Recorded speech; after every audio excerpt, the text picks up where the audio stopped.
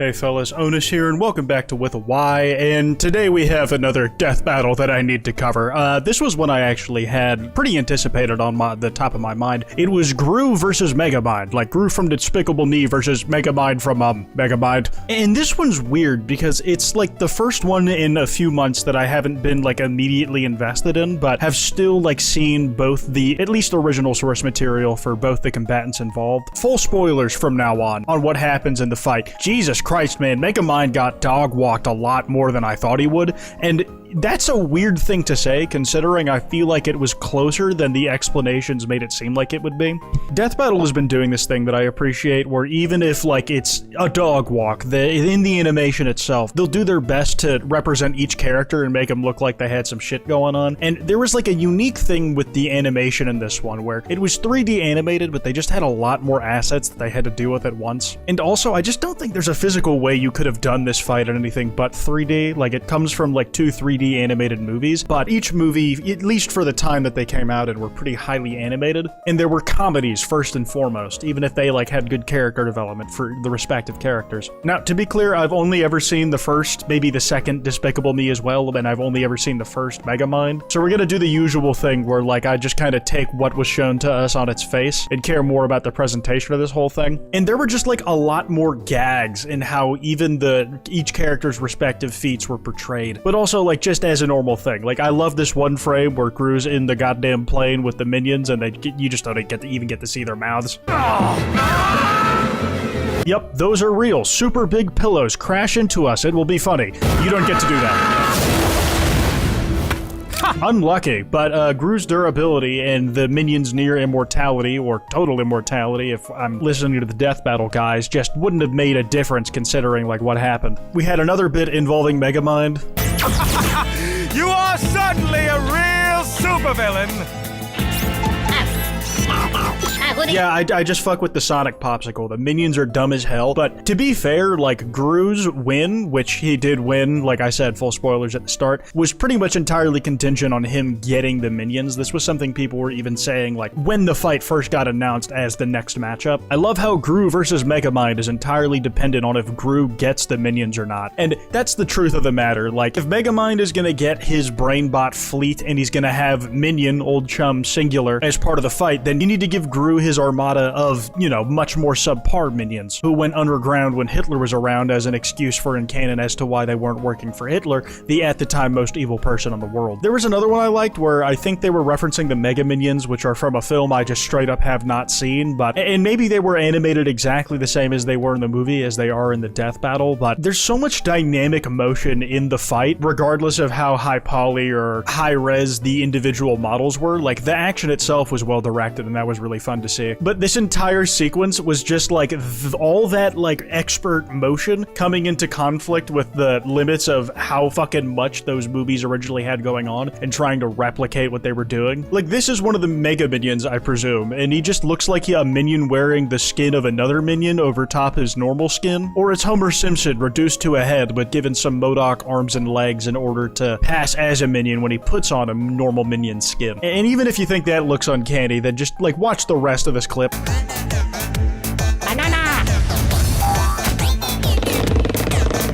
Like, you see it twice. Like, it's hard for me to tell if the expression work they were doing was kind of reliant on the weird clipping around the area of the mouth. And honestly, this isn't really a complaint. It's just kind of funny to look at. I think it almost added to the comedic elements of the way the fight was animated. Because you just have a random slingshot minion, I assume is also a Mega Minion. Again, I don't care about either of these franchises enough to, like, look at the source material and know if they were being legitimate about it. And then you just have the Thing as a minion. You stick some dynamite in his mouth. And then you have the Banana Minion with the same shit around his mouth that the other minions all have. Not the ones in the back, just the Mega ones. Maybe I should check the post-game interview and see if the clip that they used had that. We'll do that right after we finish this bit. Now, as you Like, the motion itself is really fucking great, and I think the expression work, like, is pretty fucking good. Like, I would like to clarify it added to the experience of watching the fucking thing. To the vanilla minions, maybe, but the mega minions are... You know what? Yep, they were keeping it a buck. The mega minions do genuinely just have this shit around the mouth. Like, they just have some extra skin stretched around the teeth. They weren't lying for a second, man. I was just, like, not really familiar with the canon. I don't really know if I would want to be, but we have 2 more gags I wanted to go through in the fight itself before we look at a little more of, like, Twitter's reaction and, like, to how it all played out.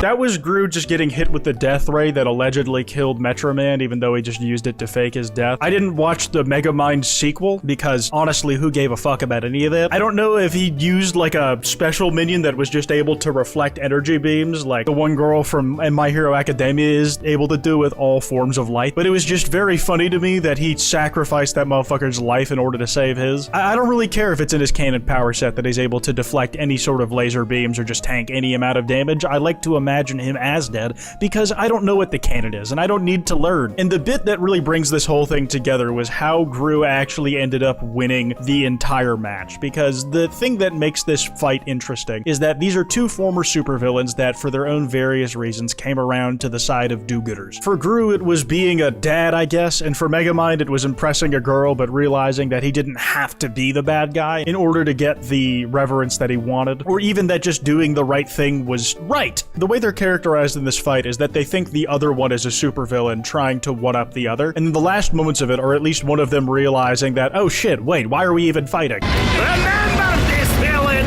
The good guys always win! This is how it's really done! Dehydration gun! Villain? You mean... Oh, wait a minute. This is all a big misunderstanding. Huh? The fucking ragdoll and a skeleton falling from the ground, dude. I mean, he's certainly dehydrated, and oh my god, this dude's hair is so fucking bad. Even worse than the dude to the left of him. Like, this guy can get away with whatever the hell he's got going on because he's like, I don't know, half a foot taller than you, like among minion kind that probably goes a long way. But Jesus Christ, man, you just gotta go bald like the majority of your kind do.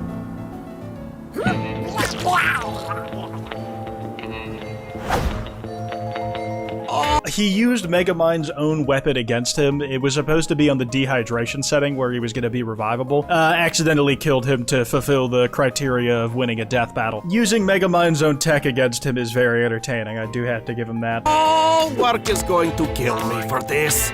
Yeah, they both have lines where they just used, if not their most powerful tool, the killing blow at the very least, and they just say like, oh, the fucking human center of my life that made me stop being evil is gonna be so mad at me for being evil for a little bit in order to try and win this fight. They're on some Invincible timing with that. How do either of these guys scale within the Invincible universe? And I know that's kind of a losing question because Invincible power scaling is all over the place as is. That said, the slander that came out of this was, you know, a bit understated because I think the particular fandoms, if they even exist in the modern day, for each respective property, like, just aren't really the power scaling types. New threat unlocked. I hope your character has a sequel so ass that it nerfs them when they finally get into death battle. Like, in the actual death battle reasoning in the post-game interview, they said, like, their arsenal and that their minions were, like, pretty evenly matched, and that the deciding factor came down to skill, and that whereas Megamind never actually beat Metro Man, Gru actually did have some success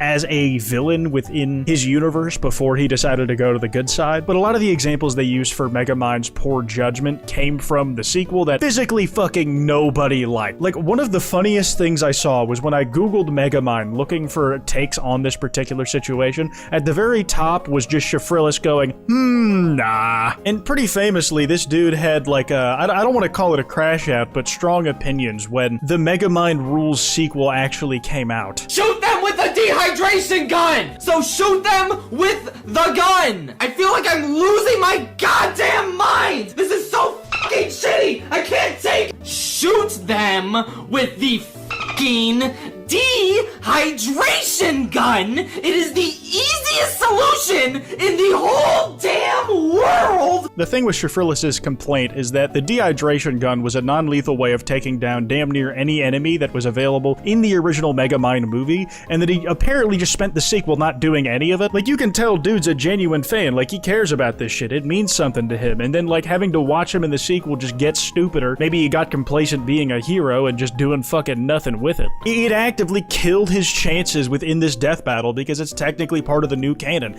Like, that bitch didn't even go to theaters, man. I don't even know if it went straight to streaming or straight to DVD. Like, you didn't hear anything about that other than people saying how much it sucked compared to the original. It's like a new thing you can wish on a fandom that you have a particular issue with as like something you wish happens to their favorite character. I hope your goat goes through this. Apparently there is like a Megamind TV show as well. Oh, the TV show is what was called Megamind Rules. Megamind versus the Doom Syndicate is where he did some of the stupid shit. But apparently there was a TV show called Megamind Rules that didn't even factor much into the death battle, that like would have given him even worse feats for the sake of something like a death battle, and it's almost a mercy that it didn't get used. It's like you just gotta debase the guy more when he already comfortably lost with the things that they had calculated. Really a tough time to be a Megamind fan. Something that I am. I think it's a better movie than any of the Despicable Me or Minions films that I've seen. But we do have one thing to look forward to, and I'm gonna be honest, I'm a little clocked out for this one. I'm either gonna have to binge 2 anime series and or manga before it comes out, or just skip the coverage of the Slander as it hits the timeline when this one goes on.